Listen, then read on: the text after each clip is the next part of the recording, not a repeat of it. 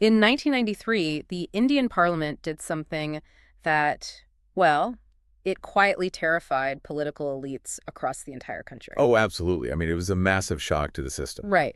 Through just a single piece of legislation, New Delhi basically forcefully bypassed the state capitals. They transfer this massive slice of constitutional power down to over 3 million ordinary villagers. Yeah, which is staggering when you think about it. We were talking about the sudden creation of the largest democratic exercise in human history. Exactly. I mean, to put that number in perspective for you listening, India has more elected representatives at the village level than like most countries have in their entire populations. It's mind-boggling. It really is. So Yeah. today, we're tearing down the engine of that system. Welcome to this deep dive. I'll be your host, guiding us through the structure, and I'm joined by our resident expert on Indian polity. Glad to be here. And for those of you listening, especially if you are a UPSC aspirant, consider this an intensive structural breakdown. Yeah, our mission today is to completely master the mechanics of Panchayati Raj in India, right? We're going straight to the core of its evolution, its pretty tumultuous path to constitutionalization, and of course,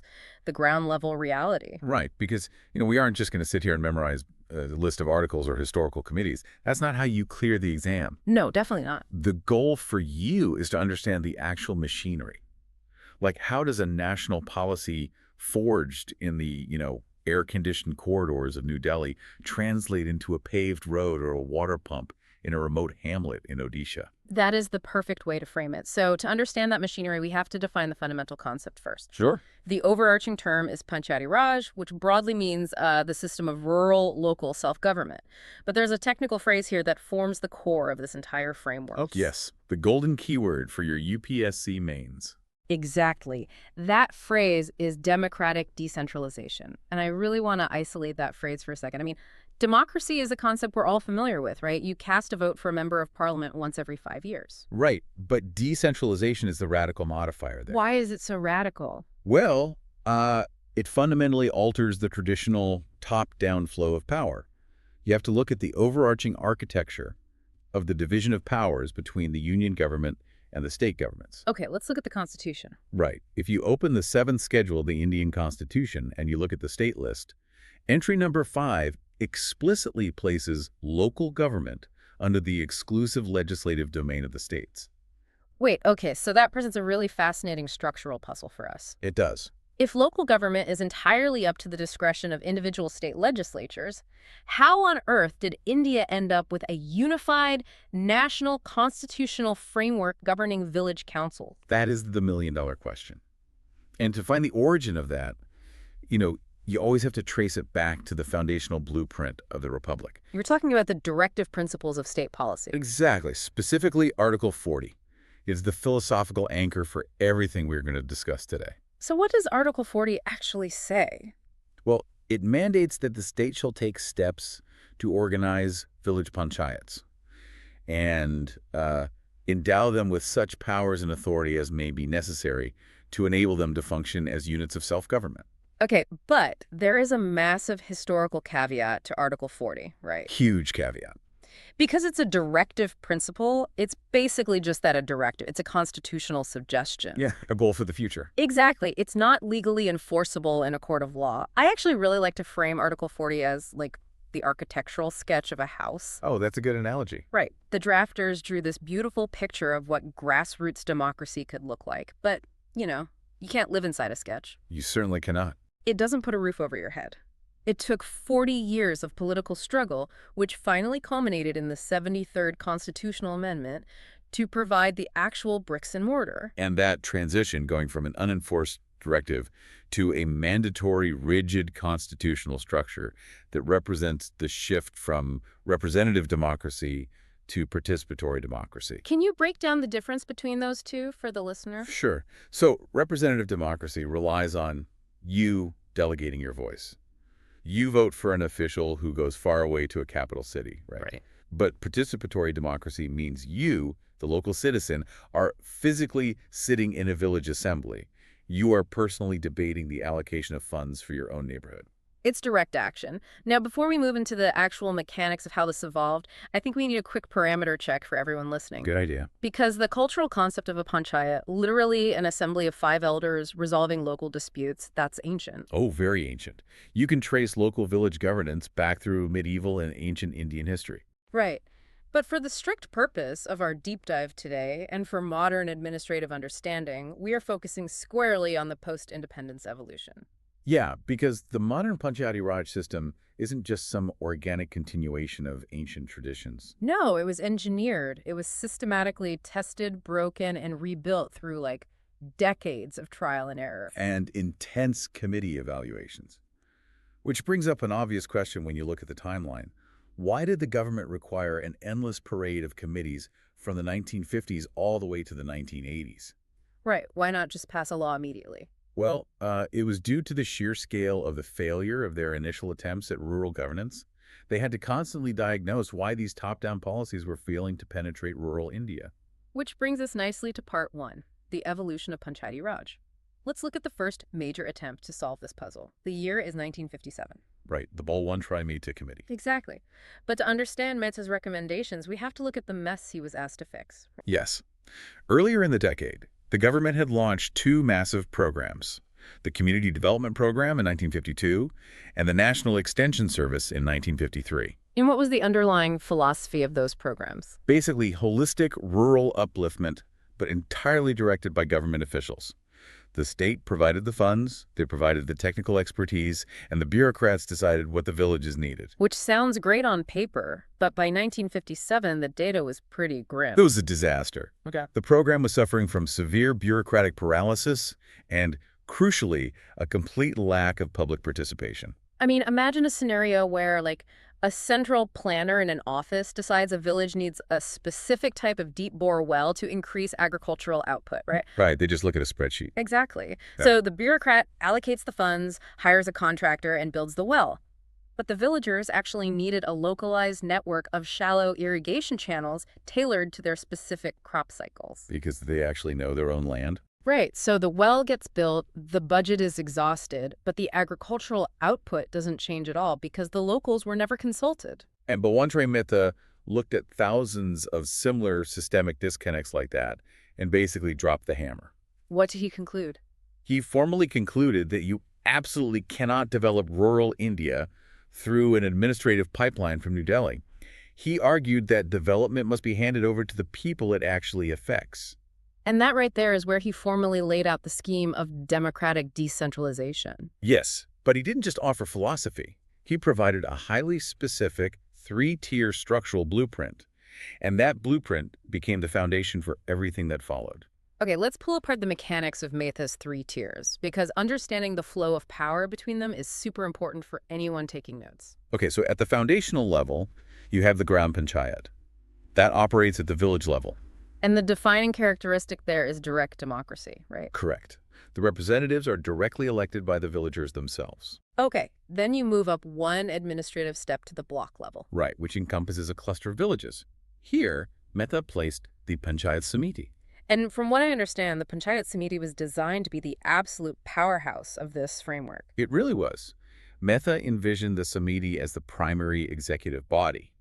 They were responsible for planning and executing basically all development activities. But the composition was different from the Gram Panchayat. Yes, the members of the Panchayat Samiti were to be indirectly elected. How does that work in practice? Well, the directly elected heads of the Gram Panchayats, the ones at the village level, they would effectively form the membership of the Samiti at the block level. Ah, okay, so that's what Mehta meant by an organically linked system. The village level feeds directly into the block level. Exactly. And finally, sitting at the very top of the district hierarchy, you have the Zila Parishad. Now, did the Zila Parishad have executive power in Mehta's plan? No, and that's a key distinction. He saw it as an advisory, coordinating, and supervisory body. So they just oversee things. Right. Their job was to oversee the various Panchayat Samitis within the district and coordinate with the state government. And he also recommended that the district collector, basically the ultimate symbol of state bureaucracy, should be the chairman of the Zila Parishad. Which was an interesting dynamic. Now, the National Development Council reviewed Mehta's blueprint in 1958, and they broadly endorsed it. They told the states, hey, take this framework and apply it, which leads us to a massive historical milestone for the listeners' notes. Yes, Rajasthan. Right. Rajasthan became the first state to inaugurate the Panchayati Raj system, specifically in Nagaur district, on October 22nd, 1959. And Andhra Pradesh followed shortly after. Yeah. But the central government made a critical administrative choice here that caused a lot of problems later. What did they do? While they endorsed the underlying philosophy of the Mehta report, they completely refused to enforce a rigid, uniform structure across the entire country. So they just left it up to the states. Yeah. They allowed state legislatures the freedom to adapt the tiers and power dynamics to suit their specific regional conditions. I mean, that sounds incredibly democratic in theory, but in practice, didn't that unleash total structural chaos? Oh, complete chaos. Yeah. If you map out the systems adopted in the 1960s, it's a totally fractured landscape. Right, because Rajasthan and Andhra Pradesh adopted the classic three-tier system, but then a state like Tamil Nadu looked at their setup and decided actually a two-tier system is more efficient. And then West Bengal, dealing with massive population density and really complex land tenure systems, they went and implemented a sprawling four-tier structure. Wow, 4 tiers. And beyond just the number of tiers, the actual center of gravity varied wildly, right? Exactly. In the Rajasthan model, the block-level Panchayat Samiti held all the executive power and funding, just like Mehta suggested. But in states like Maharashtra and Gujarat, the legislature decided that the district-level Zila Parishad should be the powerful executive unit. Right, which significantly altered the flow of resources. You have this massive inconsistency. Plus, state governments were frequently refusing to hold regular elections, right? Yeah, they were constantly starving these local bodies of financial resources. This led to a slow, agonizing stagnation of the whole system. So by the mid-1970s, the initial optimism of the Mehta report had basically evaporated. Completely. Which brings us to the next major paradigm shift. The Ashok Mehta Committee in December 1977. The political context of 1977 is impossible to ignore here. Right. The dominant Congress party had lost power at the center, and the Janata government took office. And they viewed these existing Panchayati Raj structures as decaying institutions, didn't they? They did. They felt it required a radical, fundamental overhaul. So the Ashok Mehta Committee submitted this massive 132-point master plan designed to rip up the old foundation and pour a new one. Okay, what was their most aggressive recommendation? They wanted to completely abandon Balwant Mehta's three-tier model in favor of a streamlined two-tier system. Wait, really? Just 2 tiers? Yeah. They wanted to strip the power away from the block level and make the Zila Parishad at the district level the supreme executive body. Responsible for all planning. Exactly. And below the district level, they proposed abolishing the individual village Gram Panchayats as the primary administrative unit. That's huge. What did they replace it with? They proposed the creation of a Mandal Panchayat. Okay, I want to focus on the mechanics of a Mandal Panchayat for a second. What is the logic of combining villages? Well, a Mandal Panchayat would consolidate a group of villages with a combined population ranging from 15,000 to 20,000 people. Okay, so a decent-sized population. Right. The economic rationale was scale. You see, a single village of maybe 800 people often lacks the tax base, the human capital, and the geographic footprint to execute meaningful infrastructure planning. That makes sense. By pooling resources into a mandal of 20,000 people, Ashok Mehta argued you create a financially viable administrative unit capable of self-sustaining economic growth. Exactly. But they also introduced a deeply controversial proposal that still triggers intense debate today. Oh, I know this one. The Ashok Mehta Committee recommended the official participation of political parties at all levels of panchayat elections. Yes. Now, I have to push back on the logic here. If the goal is grassroots community development, why would you deliberately inject national political machinery into local village life? It seems counterintuitive, doesn't it? Completely. If a dispute over, say, where to build a primary school turns into a proxy war between major national political parties, doesn't that just guarantee hyperpolarization and derail local cooperation? That is the standard, highly intuitive critique. The fear is that partisan politics poisons the community well. Right. But Ashok Mehta's counter-argument was grounded in some pretty grim realism. He observed that village elections were already intensely politicized. How so? The politics were just hidden. They were hidden behind these insidious veils of caste dominance, feudal land ownership, and local strongmen. So it wasn't a peaceful utopia to begin with. Far from it. By forcing official, recognized political parties to enter the arena, he argued, you bring that power struggle out into the open. So national parties would be forced to campaign on tangible development platforms. Right. Their symbols would be on the ballot, and crucially, they could be held institutionally accountable. You could vote a party out.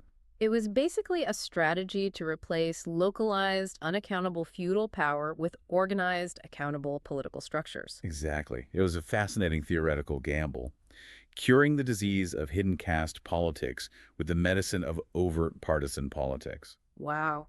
He also pushed for these institutions to be granted compulsory powers of taxation, right? Yes, to break their financial subservience to the state capitals.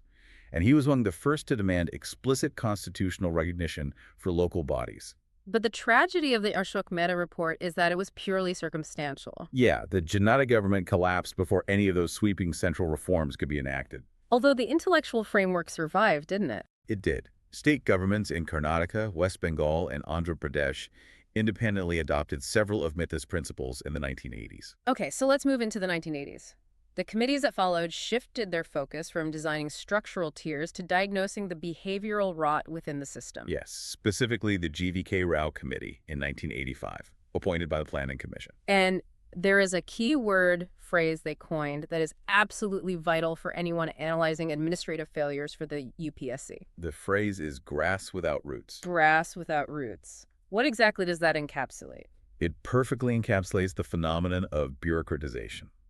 Over the decades, state governments had continuously launched massive rural development schemes. Like poverty alleviation, agricultural subsidies? Right, employment generation. But they entrusted the execution of these schemes entirely to state-appointed bureaucrats. Effectively bypassing the elected panchayats altogether. Exactly. So you had a situation where a block development officer wielded immense financial power and decision-making authority. While the locally elected sarpanch was just reduced to a powerless bystander. Right. So the grass represented the massive influx of development funds visible on the surface.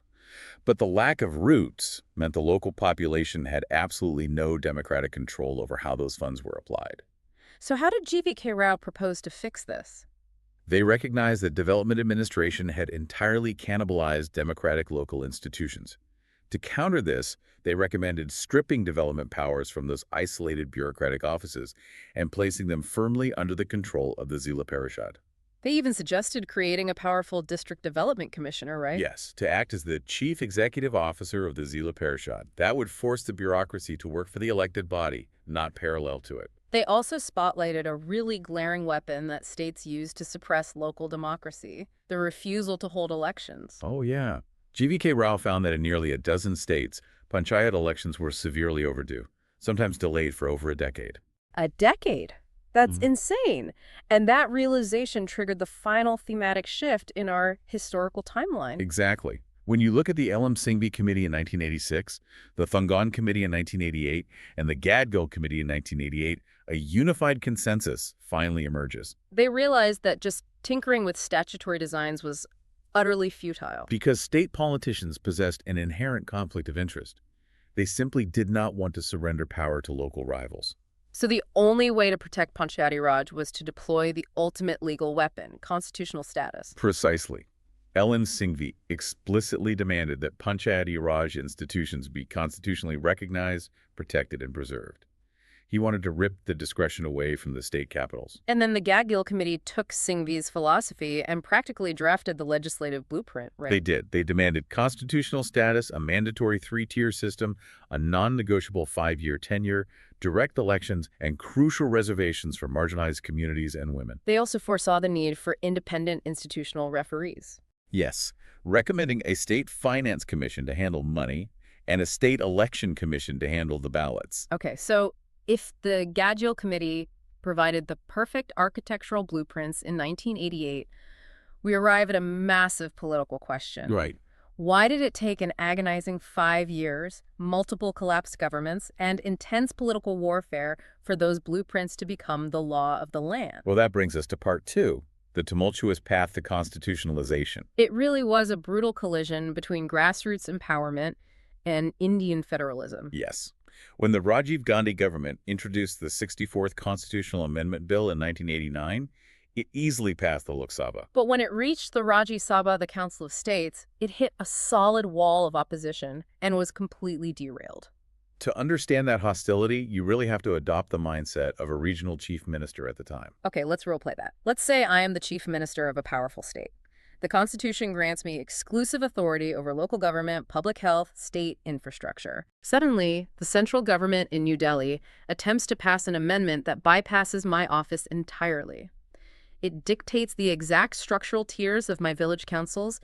It mandates their election schedules. And worst of all, it opens a channel for New Delhi to potentially send development funds directly to the village sarpanch, Completely cutting my state apparatus out of the loop. So from my perspective as a chief minister, this isn't democratic decentralization. This is a Trojan horse designed to centralize power in New Delhi by stripping my authority. Exactly. The fear of central overreach was profound. The opposition argued that the 64th Amendment violated the basic federal structure of the Constitution. And because the ruling party lacked the necessary two-thirds majority in the Rajya Sabha, the bill died on the floor. Then came the VP Singh government in 1990. They understood they couldn't ram it through, so they attempted a consensus model. They convened that two-day conference of chief ministers to negotiate, right? Yes, but before the revised bill could navigate the legislative process, the VP Singh government collapsed, and the legislation lapsed once again. So frustrating. It wasn't until the Narasimha Rao government took power in 1991 that the deadlock was finally broken. And Narasimha Rao succeeded by employing a strategy of profound political pragmatism. He recognized that to get the states to ratify the amendment, he had to give them an escape hatch. I always think of it as a franchise business model for constitutional law. Oh, explain that. Well, in a fast food franchise, the corporate headquarters mandates the core branding, right? The logo must look a certain way, the core menu must be identical across the country. Sure.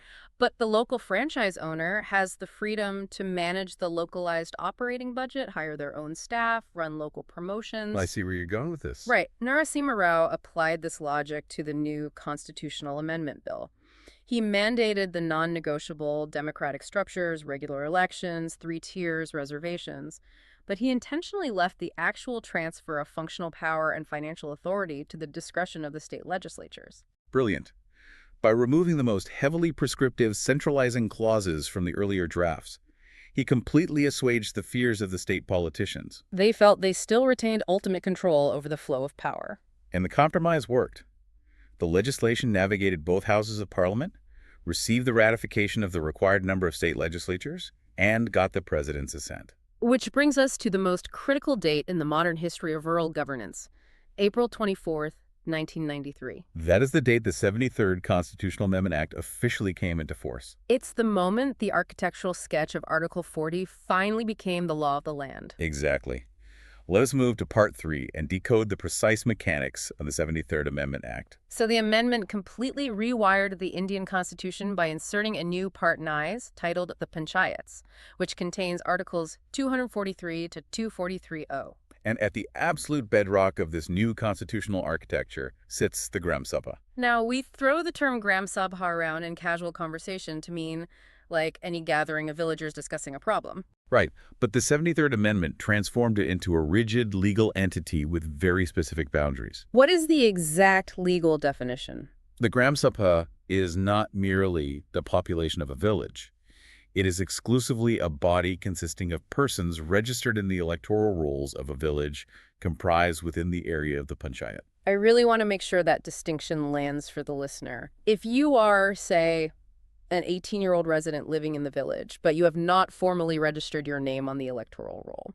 You are physically present, but you are not legally a member of the Gram Sabha. That's a crucial detail. The Gram Sabha operates as the legislative foundation of the entire system. It's the assembly of legitimate voters holding the executive accountable. Building upwards from the Gram Sabha, the Act officially mandates the 3-tier system across the country. Panchayats at the village, intermediate, and district levels. However, they built in a demographic exception, right? They did, acknowledging the diverse demographics of India. If a state has a total population of less than 20 lakh, which is 2 million people, they are not legally required to constitute the intermediate block-level tier. So they can operate a streamlined two-tier system consisting only of the village and district levels. Correct. Now let us examine the mechanics of how individuals acquire power within this system. The Act is incredibly explicit regarding membership.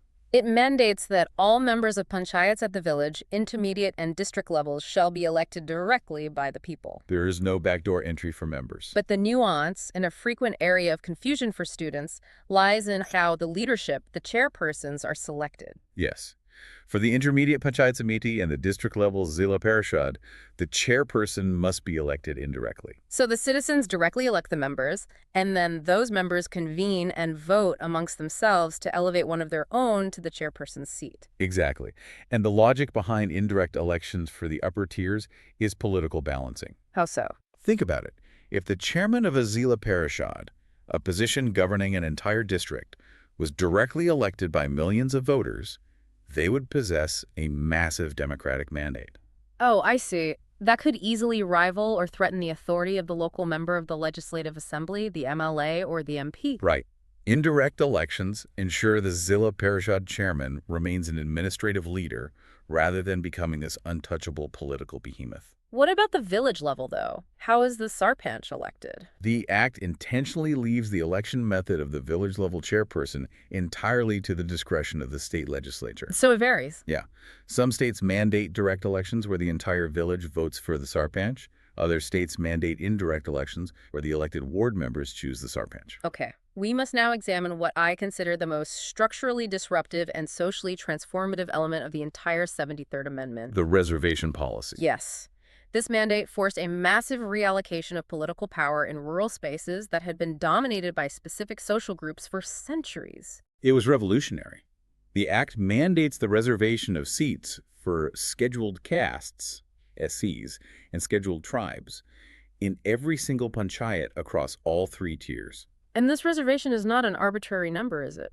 No, it is mathematically locked to be strictly in proportion to their population relative to the total population of the panchayat area. So if a district's population is exactly 25% scheduled tribe, exactly 25% of the seats in that Zila Parishad must be reserved for ST candidates. Correct. But the provision that triggered a genuine sociological earthquake was the mandate regarding women. The numbers here are staggering. The Act dictates that not less than 1/3 of the total number of seats reserved for SCs and STs must be specifically reserved for women belonging to those categories. And zooming out, not less than 1/3 of the total number of seats in every panchayat across the country must be reserved for women. And it extends beyond just membership, doesn't it? That's the key. The Act dictates that not less than 1/3 of the total number of offices of chairpersons at every single level must be reserved for women. Just consider the ground-level reality of that mandate for a second. In deeply patriarchal, socially stratified villages, where women were historically excluded from public discourse entirely. Let alone holding executive power. Right. The Constitution suddenly demanded that a woman must sit in the sarpanch's chair. Which, as we know, initially led to the widely documented phenomenon of sarpanch patis. Ah, yes, where the husband of the elected woman essentially ruled by proxy, dictating orders while she acted as a silent figurehead. Yeah, the sarpanch pati phase was a tough reality of the initial transition, but empirical research over the subsequent election cycles has shown a dramatic shift. Women started pushing back. They did. Once forced into the institutional structure, women began to assert genuine agency. And that changed the actual policies, right? Completely. They began altering the allocation of public goods. They prioritized investments in drinking water, health, and education infrastructure over things like roads or commercial development. It forcibly integrated female perspectives into the very DNA of rural planning. It's incredible. Now, moving to the stability of the system, the Act solved the historical problem of state governments indefinitely delaying elections. Right. It locks in a strict, unyielding 5-year term of office for every panchayat. A state government does retain the sovereign right to dissolve a panchayat before the completion of its 5-year term, usually in cases of severe administrative failure or corruption. However, there's a constitutional trapdoor that prevents them from just leaving the seat vacant. Yes.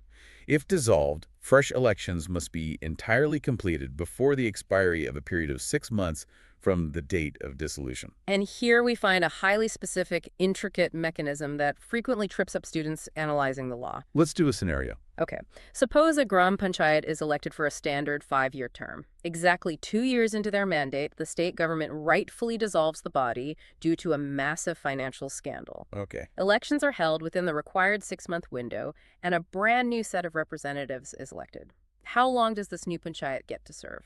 A lot of people guess 5 years, but they do not receive a fresh 5-year mandate. The Act explicitly states that a panchayat reconstituted after premature dissolution shall continue only for the remainder of the period. Meaning, the newly elected body only serves the remaining 3 years of the original term. Exactly.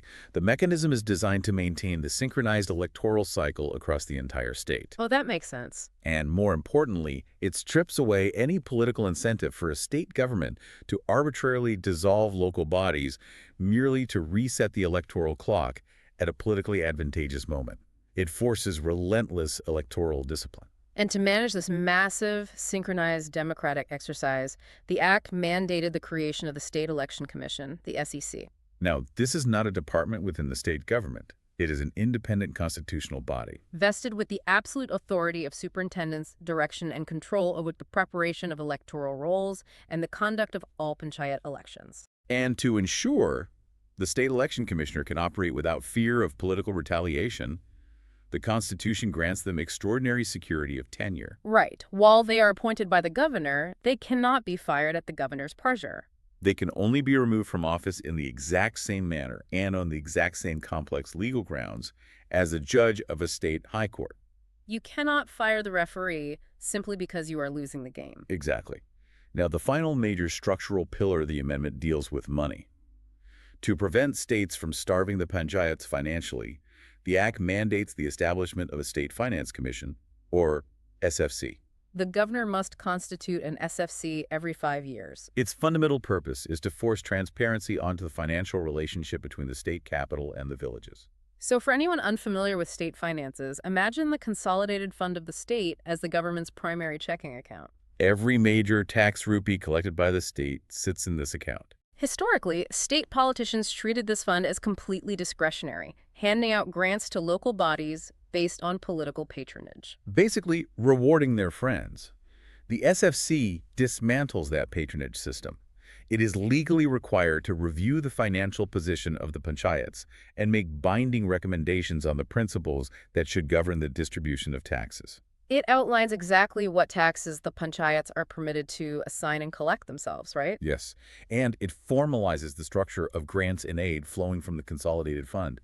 It forces the state to open its ledgers and mathematically justify how revenue is shared. Now, we arrive back at that brilliant political compromise that Narasimha Rao utilized to get the amendment passed. We mentioned the franchise analogy earlier. Yes, compulsory versus voluntary provisions. Right. The Act bifurcates its provisions into these two distinct categories. The compulsory provisions represent the mandatory franchise framework.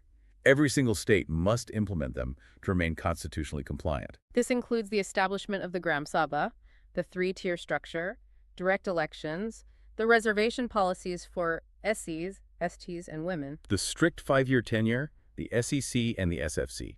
You literally cannot legally operate a state government without installing this democratic infrastructure. But the voluntary provisions represent the localized operating budget. This is where the state legislature retains immense discretionary power to customize the system. So what exact powers fall under this voluntary category? Well, a state legislature has the voluntary discretion to decide what specific executive powers to endow upon the Gram Sabha.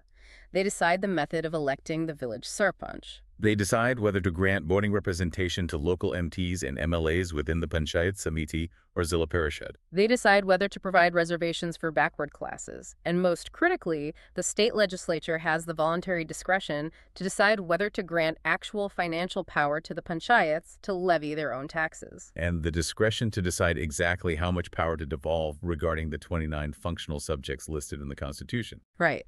So the central government mandated the existence of the elected bodies, but left the actual transfer of power and money entirely up to the political will of the state capitals. Which brings us directly to Part 4, The 11th Schedule and the Functions of Panchayati Raj. The 73rd Amendment added the 11th Schedule to the Constitution, linked to Article 243G. This schedule outlines 29 specific functional items that fall within the purview of the Panchayats. Now, reading a list of 29 items is administratively dry, so let's group them into conceptual categories and debate how they actually function on the ground. Good idea. Let's look at the first category, developmental and economic functions. This includes massive structural elements like agriculture, minor irrigation, and land consolidation. Let us isolate minor irrigation to understand the mechanism of decentralization. Okay. Historically, a state-level irrigation department would design and execute water projects. They might, build a massive concrete canal system. But often, those centralized designs completely ignore the microtopography of a specific village. Exactly. When the function of minor irrigation is genuinely devolved to the panchayat, the mechanism changes entirely. Because the Gram Sabha is utilizing generational knowledge of local water flow and soil drainage? Right. They might decide that instead of a concrete canal, what they actually need is a specific series of earthen check dams and watershed percolation tanks. And then the panchayat executes the project using local labor. The infrastructure is customized precisely to the village's agricultural rhythm. Another massive category is social and welfare functions. This includes poverty alleviation programs, health and sanitation, and crucially, primary and secondary education. I want to look at the mechanism of managing a primary school. Why does it matter if the panchayat controls it versus the state government? The mechanism hinges entirely on accountability. One of the most chronic failures in rural public education is teacher absenteeism. When a primary school is administered entirely by a distant state education department, the teacher is a state employee. So if the teacher just fails to show up for work, the villagers have almost no recourse. They cannot fire the teacher. They have to file a complaint through an endless bureaucratic maze leading all the way to the state capital. But if the functional control of the primary school is genuinely devolved to the Gram Panchayat, the power dynamic inverses. The sarpanch and the ward members, whose own children likely attend that school, now hold administrative authority over the facility. The accountability loop shrinks from a distance of hundreds of kilometers down to the perimeter of the village square. It's an immediate fix. The 11th Schedule also includes the management of the public distribution system, or PDS, the network of ration shops providing subsidized food grains. Right. When the panchayat monitors the PDS, the actual recipients of the grain are the exact same people auditing the shopkeeper. Which significantly reduces the systemic leakage and corruption that plagued centralized welfare distribution. The theoretical design of the 11th Schedule is comprehensive. It envisions the panchayat not merely as an agency that fixes potholes, but as the primary delivery mechanism for the entire welfare state. However, there is a massive geographical and cultural caveat to this entire system. This brings us to Part 5, the PISA Act of 1996. The drafters of the 73rd Amendment recognized a severe danger, didn't they? Yes. While imposing a uniform democratic structure on mainstream rural India was beneficial, forcing that exact same bureaucratic model onto culturally distinct indigenous populations could trigger catastrophic social disruption. So Article 243M of the Constitution explicitly states that the 73rd Amendment does not apply to certain areas. It exempts the states of Nagaland, Meghalaya, and Mizoram entirely. And more significantly, it exempts the scheduled areas and tribal areas spread across 10 different states, regions with massive indigenous populations in states like Jharkhand, Chhattisgarh, Odisha, and Andhra Pradesh. The challenge was to provide these tribal populations with democratic self-rule without destroying their traditional cultural frameworks. So how did Parliament execute this mandate? By enacting the provisions of the Panchayats, Extension to Scheduled Areas Act 1996, which is universally known as PISA.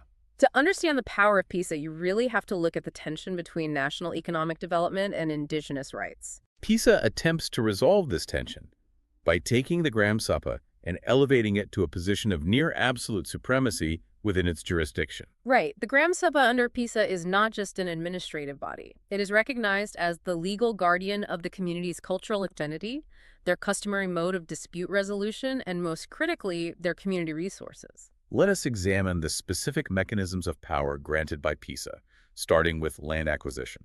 In standard administrative law, the state possesses the power of eminent domain, the sovereign right to seize private land for public infrastructure projects, provided they offer compensation. Historically, this power was used aggressively in tribal areas to clear land for massive mining operations or hydroelectric dams. resulting in the devastating displacement of indigenous populations. But under PISA, the mechanism is severely altered. The state government is legally mandated to consult the Gram Sabha or the Panchayats at the appropriate level before acquiring any land in the scheduled areas for development projects. Furthermore, they must consult the Gram Sabha before resettling or rehabilitating any persons affected by such projects. It creates a massive institutional friction point against unchecked state expansion. PISA also endows the Gram Sabha with the absolute ownership of minor forest produce. For tribal communities, the forest is not just geography, it is the foundation of their economic survival. Owning the rights to harvest and sell bamboo, tendu leaves, and medicinal plants guarantees economic autonomy. PISA also grants the Gram Sabha immense regulatory control over social and economic threats. They have the power to enforce prohibition or restrict the sale of intoxicants. They have the power to manage village markets, and they possess a power that addresses centuries of exploitation. The power to exercise control over money lending to the scheduled tribes. The inclusion of money lending is profoundly specific to the tribal experience, isn't it? It is.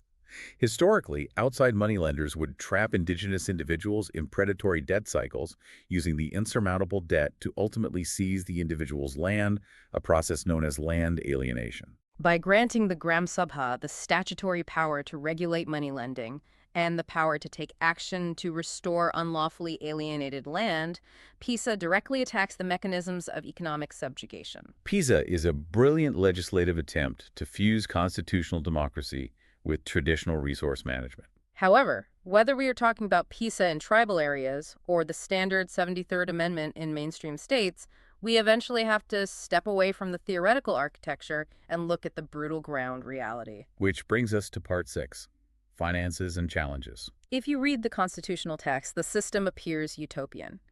But if you analyze the findings of the Second Administrative Reforms Commission, the ARC, which conducted a massive review between 2005 and 2009, the operational reality is deeply flawed. The most crippling vulnerability lies in the financial architecture. The ARC outlines 3 primary revenue streams for panchayats. First, they receive grants from the union government based on the recommendations of the Central Finance Commission. Second, they receive devolved funds from the state government based on the State Finance Commission. And third, they possess internal resource generation, the power to levy their own local taxes. The fatal flaw is that internal resource generation is practically non-existent. A review of panchayat finances reveals a state of near-total financial dependency. Gram panchayats are overwhelmingly reliant on funds flowing down from the central and state governments. The immediate assumption is that rural populations are simply too impoverished to sustain a local tax base. But the ARC identified a deeper psychological and political mechanism at play, didn't they? Yes, Gram panchayats technically possess the statutory power to levy property taxes, taxes on local businesses, or user fees for services like street lighting and water supply. Yet, they almost universally refuse to exercise this power. And the reluctance is rooted in the extreme proximity of local politics.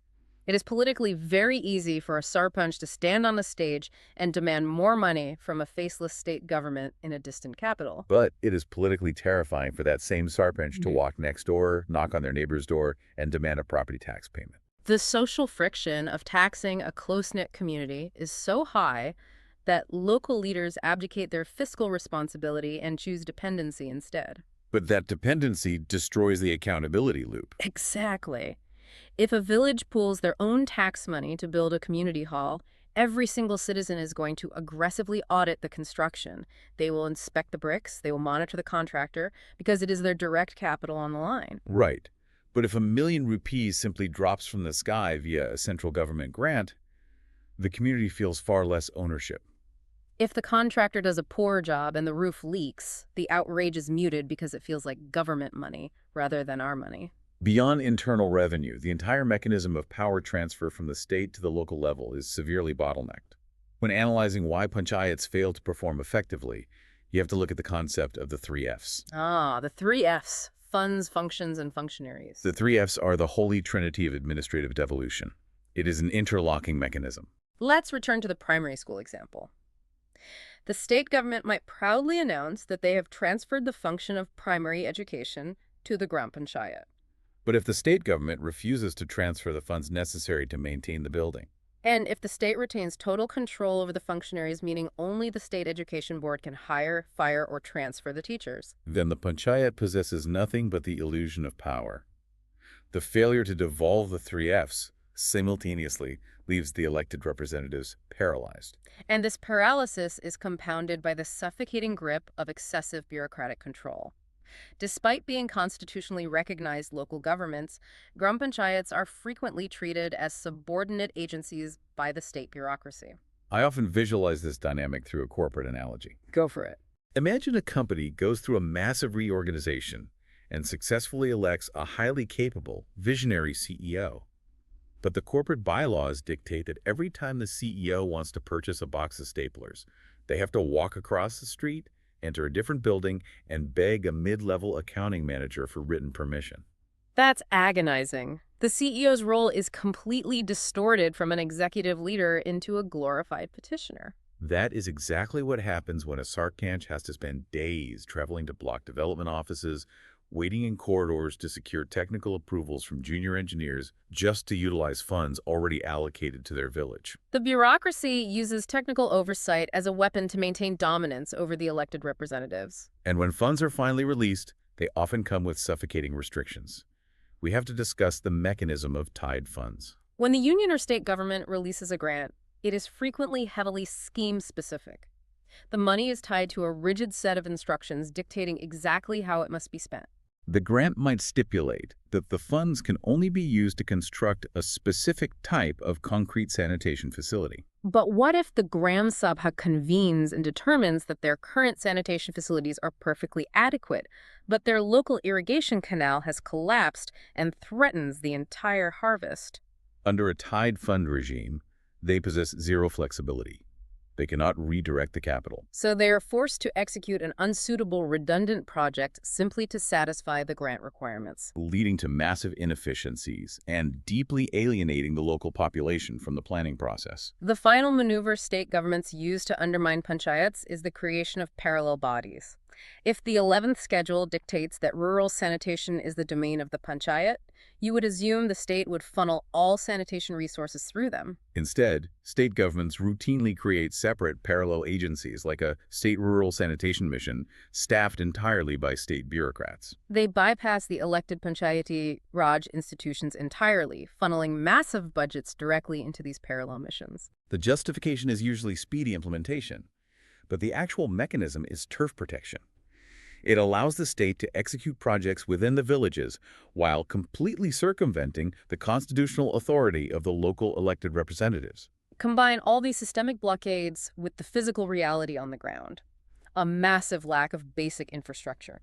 Thousands of panchayats operating without dedicated office buildings or full-time administrative secretaries. And a severe deficit in training for newly elected representatives who are suddenly expected to navigate complex bureaucratic codes. And you see exactly why the system struggles to realize its immense potential. Which brings us to the way forward and the conclusion of our deep dive.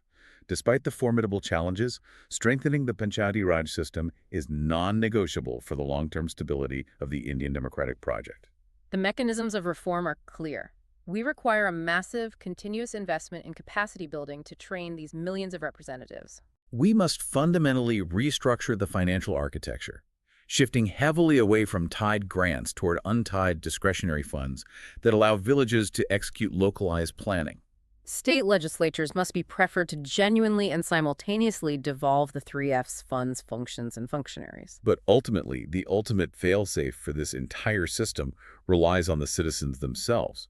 The true power of the 73rd Amendment will only be realized when the Gram Sabha transitions from a passive electoral role into an active, aggressive instrument of accountability. The citizens must demand transparency through rigorous, uncompromising social audits of every rupee spent in their jurisdiction. When you zoom out from the bureaucratic friction and evaluate the historical significance of the 73rd Amendment, the achievement remains staggering.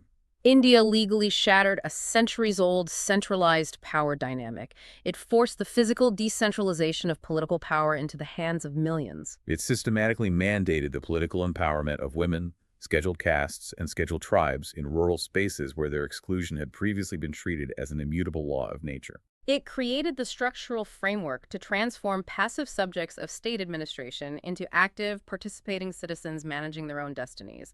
That is a monumental legacy. But as we wrap up this deep dive, I want to leave you with a final provocative thought to mull over as you organize your notes. It is a concept drawn from the 1986 L.M. Singhvi report, a vital recommendation that the government ultimately chose to leave behind. The concept of the Nyaya Panchayats. Exactly. Singhvi analyzed the architecture of self-governance and realized a profound structural deficit. Through the 73rd Amendment, India successfully decentralized the legislative branch down to the village level through the Gram Sabha. We successfully decentralized the executive branch down to the village level through the Sarpanch and the Panchayat Samiti. But Singhvi asked, what about the judiciary? He recommended the creation of Nyaya Panchayats formal judicial tribunals established for clusters of villages, empowered to adjudicate local controversies and petty disputes. Think about the mechanism of justice in rural India today. If true self-governance means a community possesses the power and autonomy to handle its own affairs, can grassroots democracy ever be fully, truly realized while those same villagers are forced to travel for hours to distant, endlessly overburdened, massively expensive district courts just to resolve a basic property dispute or a minor civil infraction? It's a huge blind spot.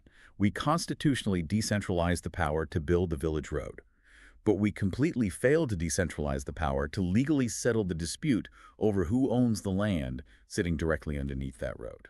As you study the mechanics of Indian governance for your exam, think about what a formally decentralized, localized judiciary would look like.